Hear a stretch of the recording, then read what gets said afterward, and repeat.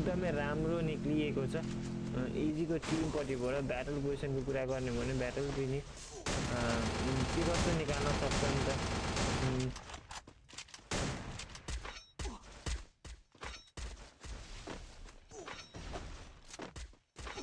म मोचा लगाउँदै थिएँ यार केटा हो।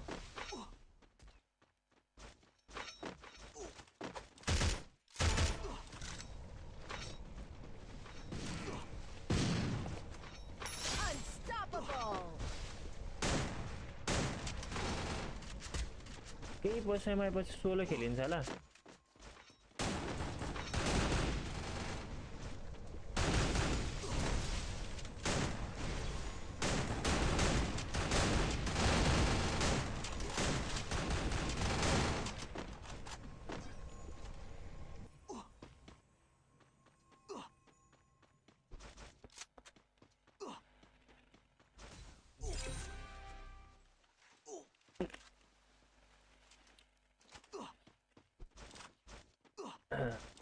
इजीको टिम र एलेको टिमले अहिले राम्रोसम्मको राम्रो ठिकठिकै पर्फर्मेन्स गरिएको थियो। भिभिकेको टिमपट्टि पनि किल पोइन्ट राम्रो निक्लिएको थियो।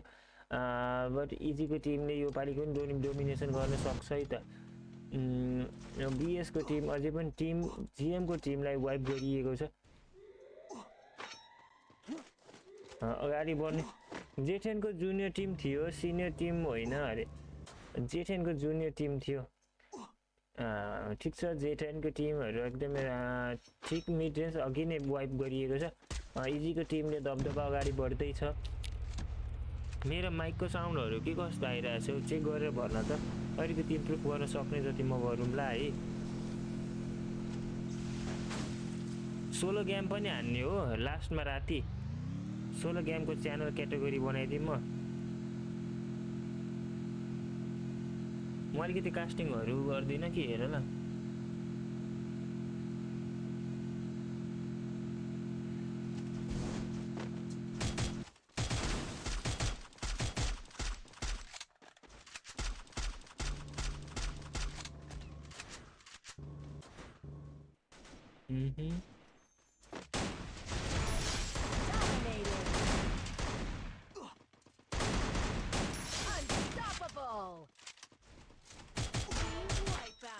टिमलाई भोकाभोक डाउन गरिँदैछ। प्लेयरको इजीको टिमपट्टिबाट एकदमै राम्रो पर्फर्मेन्स छ। फ्रेङ्कीको टिमहरू वाइप आउट गरिदियो। अब 6v2 म्यानमा कन्भर्ट लास्ट जोन पनि इन्डिङ हुन नपाइकन टिमहरू एकदमै इलिमिनेसन हुँदै जाँदैछन् भने लास्टमा हाम्रो टिम रहेको छ बिएसको टिम। बट इजीको टिम एन्ड धेरै त प्लेयरहरू एलाइभ त रहेका छैनन्। बट छिटै नै उनीहरूको टिमसँग नि इजीको टिमको भेट हुने नै छ है। फ्रेङ्कीलाई कतिको सपोर्ट गर्छ गेम प्लेलाई एकदमै राम्रो पर्फर्मेन्स गरिरहेको छ अहिलेसम्मको म्याच मध्येमा। सोलो टुर्नामेन्ट हान्ने हो। अहिले 11 बजीतिर सोलो टुर्नामेन्ट आउँछ ल।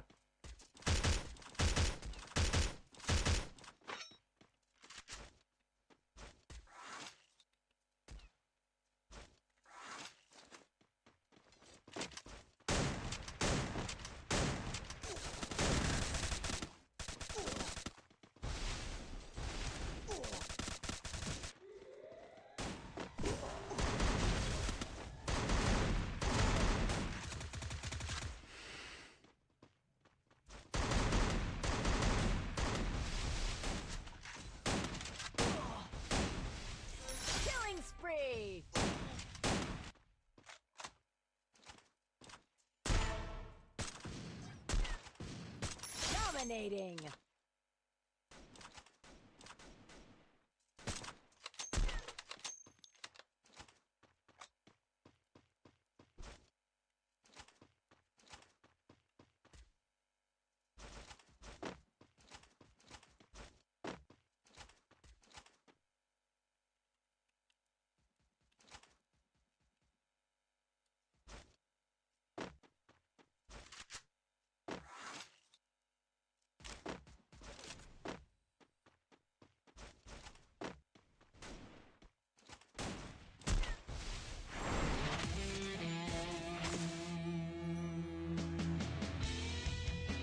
बोया यो म्याच त एकदमै राम्रो अघि नै डोमिनेसनको एकदमै राम्रो टिम थियो। इजीको टिमपट्टिबाट इजिली नै बोया निक्लिएको छ। राम्रो टिमहरू मध्येमा एकदमै राम्रो गेम निक्लिएको थियो। 10वटा स्लटहरू मात्रै रहेका थिए। यो म्याचको पनि इजिली सकियो। अहिलेसम्मको इजीको टिमहरू मध्येमा एकदमै राम्रो पर्फर्मेन्स हुँदै आइरहेको छ। एलएको टिमपट्टिबाट जिएमको टिमको पनि प्रोग्रेस हुँदैछ।